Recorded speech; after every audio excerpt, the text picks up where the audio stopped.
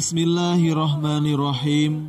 Assalamualaikum warahmatullahi wabarakatuh. Alhamdulillahirabbil alamin. Wassalatu wassalamu ala asyrafil anbiya'i wal mursalin. Nabiyina wa habibina Muhammadin wa ala alihi wa sahbihi ajmain. Wa man tabi'ahum bi ihsani ila yaumidin. Amma ba'du. Segala puji hanya milik Allah, Rabb semesta alam.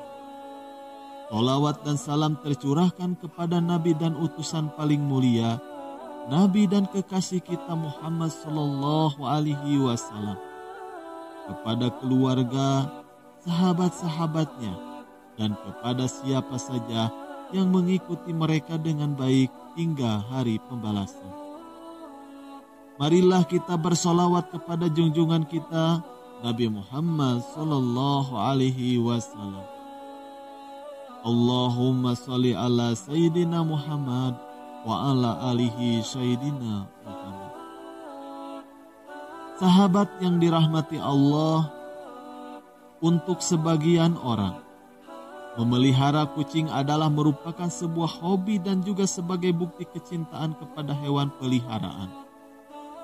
Namun ternyata ada banyak manfaat jika kita memelihara kucing di rumah. Hal ini disebabkan karena kucing merupakan salah satu ciptaan Allah Subhanahu wa Ta'ala. Barang siapa yang menyayanginya, maka akan disayangi juga oleh Allah Subhanahu wa Ta'ala. Dalam sebuah hadis dari Abdullah bin Umar radhiyallahu anhu, Rasulullah Shallallahu Alaihi Wasallam bersabda, orang-orang yang berbelas kasih akan mendapatkan belas kasih dari Allah yang Maha Pengasih. Karena itu, berbelas kasihanlah kepada setiap makhluk di bumi. Niscaya penduduk langit akan mengasihimu. Selain itu juga, Allah Subhanahu wa Ta'ala memiliki 5 janji kepada siapa saja yang menyayangi hewan, yang salah satunya adalah hewan seperti kucing. Lalu, apa saja kelima janji Allah tersebut? Yang pertama, mendapat rahmat dari Allah pada hari kiamat nanti. Salah satu yang menjadi tujuan bagi seseorang yang beribadah kepada Allah Subhanahu wa Ta'ala, yaitu untuk mendapatkan rahmat-Nya. Dan ternyata rahmat Allah juga akan diberikan kepada orang yang suka menyayangi hewan seperti kucing.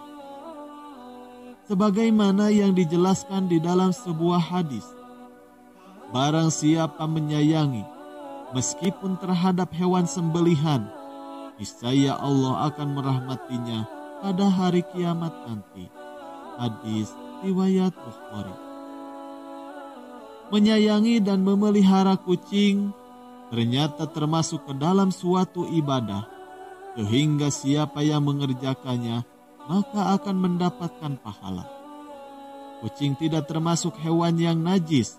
Oleh sebab itu, jika ada kucing masuk ke dalam rumah, sebaiknya jangan diusir, melainkan dipelihara atau diberikan makanan. Dalam sebuah hadis, Rasulullah Shallallahu Alaihi Wasallam bersabda, kucing itu tidak najis. Kucing adalah binatang yang sering berkeliaran di tengah-tengah kalian.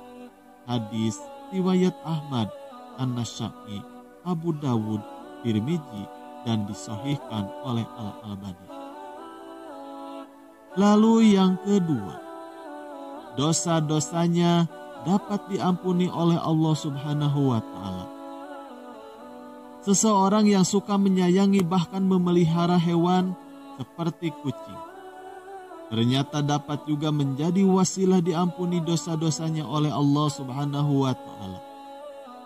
Jangankan seekor hewan yang dikatakan tidak najis seperti kucing, dalam suatu riwayat, Allah Subhanahu wa Ta'ala pun akan mengampuni dosa orang yang sekedar memberi minum kepada seekor anjing yang dikatakan hewan najis.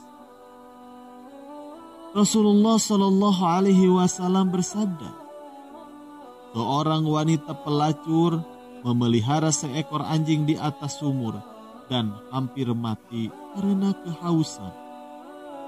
Lalu wanita itu melepaskan sepatunya, diikatnya dengan kerudungnya, lalu diambilkan air dari sumur, lalu diminumkan ke anjing itu. Dengan perbuatannya itu, maka dosanya diampuni oleh Allah Subhanahu wa Ta'ala. Hadis riwayat Bukhari. Lalu yang ketiga, bernilai sedekah bagi orang yang suka memeliharanya. Jika kita memelihara hewan seperti kucing di dalam rumah, maka sama halnya kita sedang belajar untuk bersedekah.